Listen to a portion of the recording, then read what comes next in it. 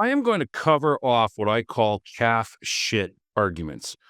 These arguments towards spray foam are so infantile and weak minded, they haven't even grown up into bullshit yet.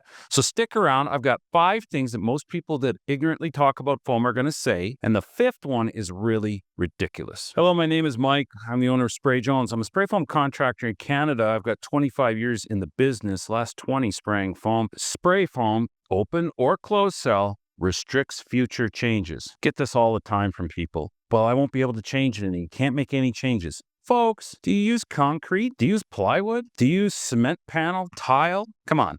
Nobody sits there and says, I don't want to put a backsplash up or a tile floor because I might need to get behind the wall or behind the tile. No, we choose very permanent building structures and materials, choices of how we're going to build the structure and the materials in them based on resiliency and longevity.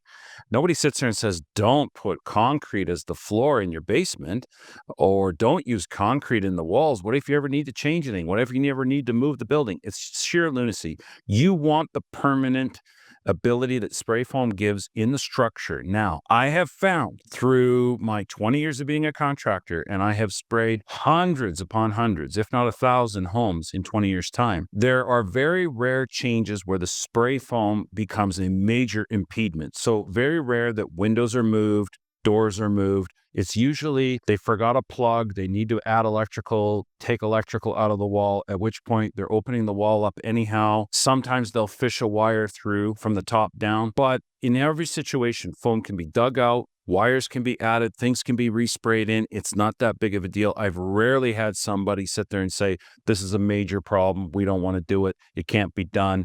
You've done something that's one way in and no way out. That's not the case with spray foam at all. So we can add wires, we can chip things out. It even happened on my home. The builder, I think, wrecked a wire when they were doing some drywalling. All of a sudden, the drywall was cut out, and I asked them what was going on. They said, oh, we needed to replace that section of wire. And sure enough, they cut back where it had come up into the foam, yanked it out of the wall, put the new wiring in, and all we did was touch it up with can foam. I want you to do something for me that's going to help you and help me, help the industry as a whole. I want you to go and check out thinksprayfoam.com. That is the private online community that I have built for spray foam. It is to talk shop. It's to get good ideas. It's to problem solve. It is to come up with new innovations and how we can make the industry better as a whole. We've saved people time, money, given them new ideas that you just can't get here in the comment section. It's affordable and it is a high rate of return on your investment because you're going to avoid the trolls, wasting time trying to verify whether or not you're being told is true, accurate, and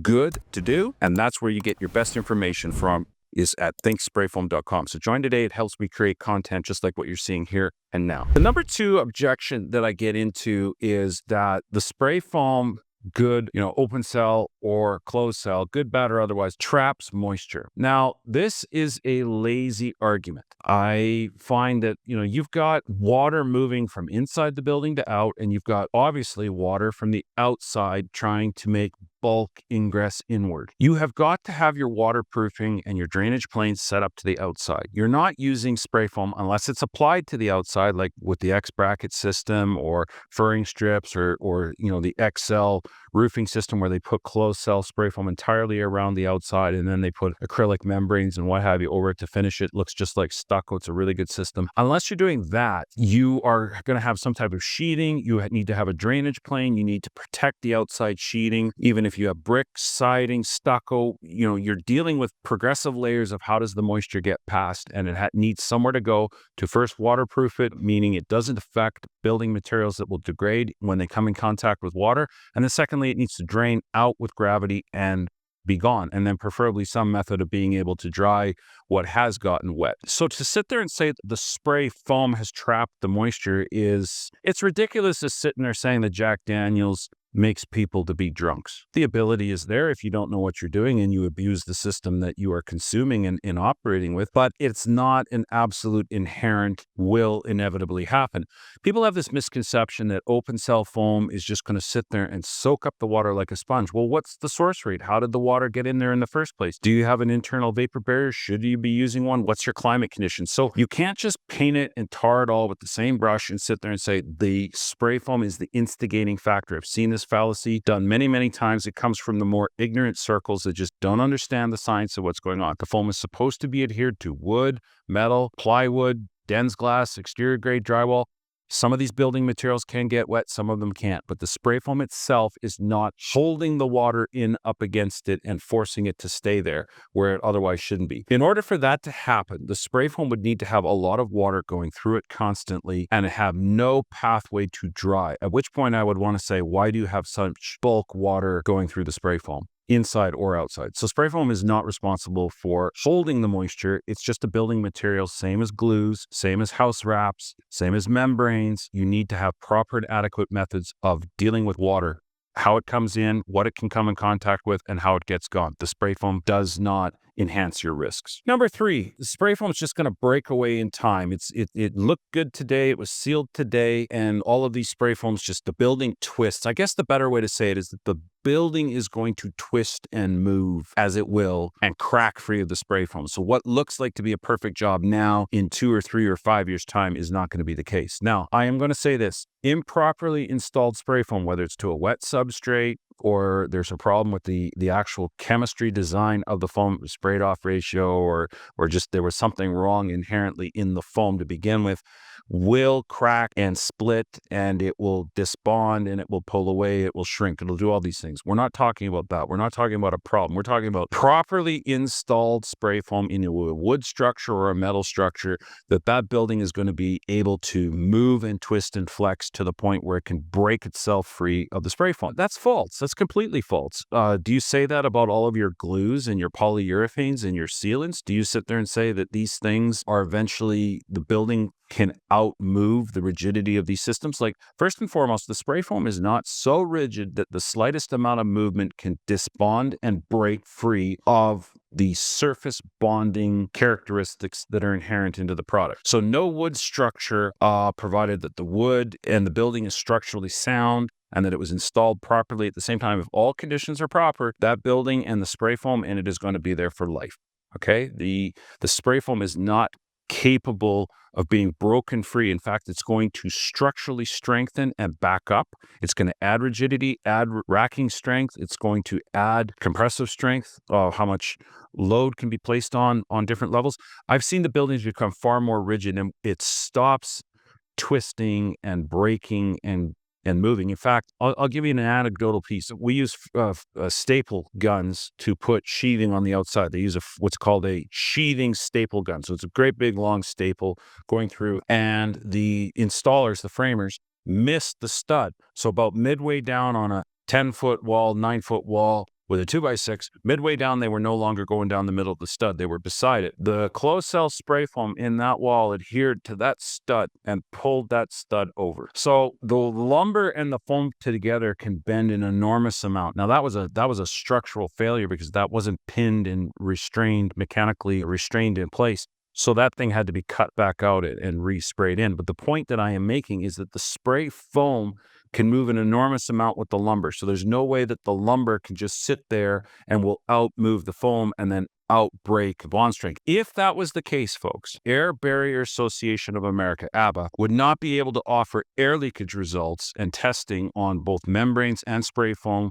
for commercial and buildings, period, inside or outside. Like every school, library, museum, hospital, commercial, eventplex, anything and everything that's being built with closed cell spray foam inside the walls and outside the walls would fail its air barrier testing. So this is false. This is wrong. Number 4 is quite simply that this is just one big experiment, that there's no way to understand what's really going on. I've heard it said that closed cell and open cell foam is just a chemistry experiment in the back of the truck, that the installer, that, we're sitting here mixing this stuff up and dumping it in. Like, that's not how this works. The equipment is industry standard, designed to pump, to establish a fixed ratio coming out of a positive displacement piston pump. But for better part of 60 years now, closed cell spray foam has been in the market since 1965 all the way to current date. The same technology that is being used in 65 to now. Like, there's a few minor variations, but the overall dual acting 1-to-1 ratio positive displacement pump with a heater and a hose has been used to spray foam,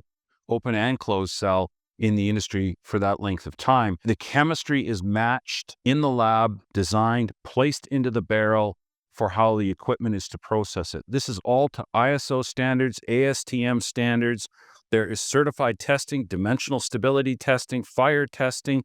How are they going to test for all of these physical properties if they can't verify what they're getting at the end use? So a manufacturer, chemical spray foam manufacturer, is going to make the product. They're going to blend it to specific standards. They're going to hit those standards every single time in their production line.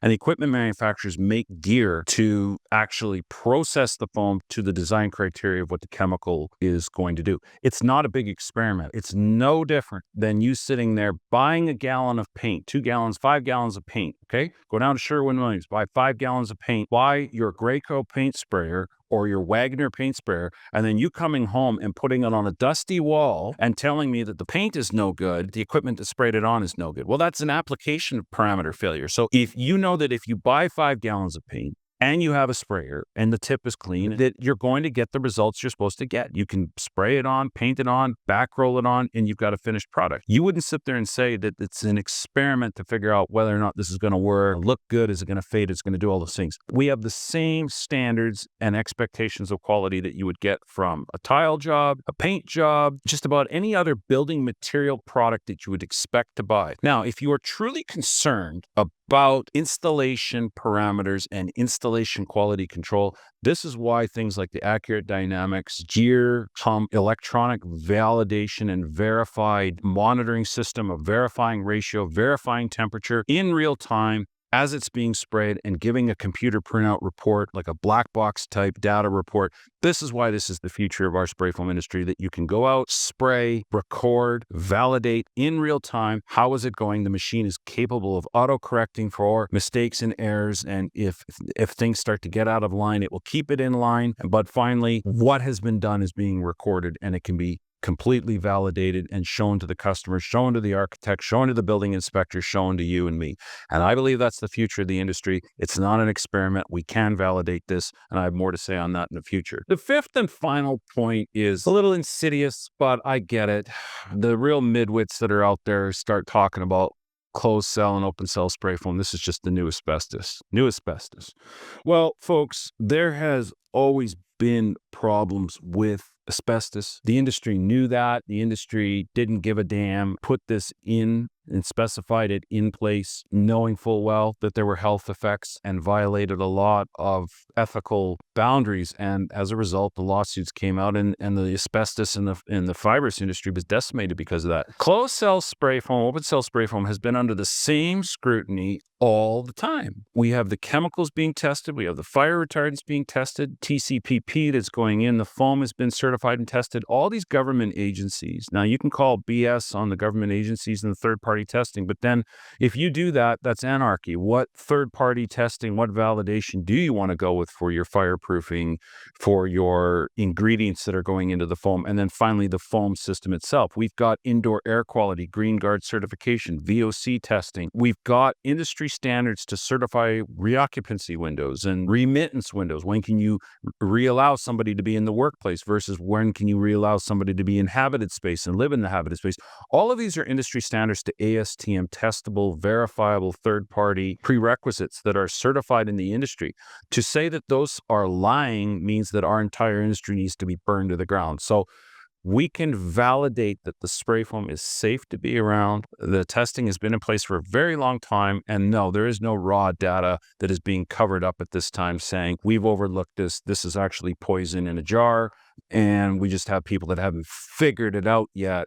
But in one day they will. I call BS on that big time because spray foam has been around since the 1960s. You can listen to the podcast that I've got with Bruce Shanky about all the work that was done in the late 1960s and mid 1970s to start to get spray foam recognized through the trade associations, UL groups, ASTM committees, state and provincial jurisdictions in Canada. We have ULC and all the third-party groups that hundreds of millions of dollars are testing that has been spent on spray foam to certify it, show that it is legitimate. And then the codes, the building codes have been written to accommodate spray foam and that it can do what we say it can do. So you're talking about burning that entirely down to the ground. Why? Because you've got some crazy idea that we need to have some kind of a foam-free future and that this stuff is just poison sitting there. That isn't the case. We can back it up with data. When we show you the data, what have you got? So if you like this kind of video, I would really encourage you to check out some of the other content that I've got. I've got some great videos on hiring a spray foam contractor, things that people are still doing wrong. I've got some reaction videos that you should watch on spray foam projects where some well-known YouTubers are doing foam.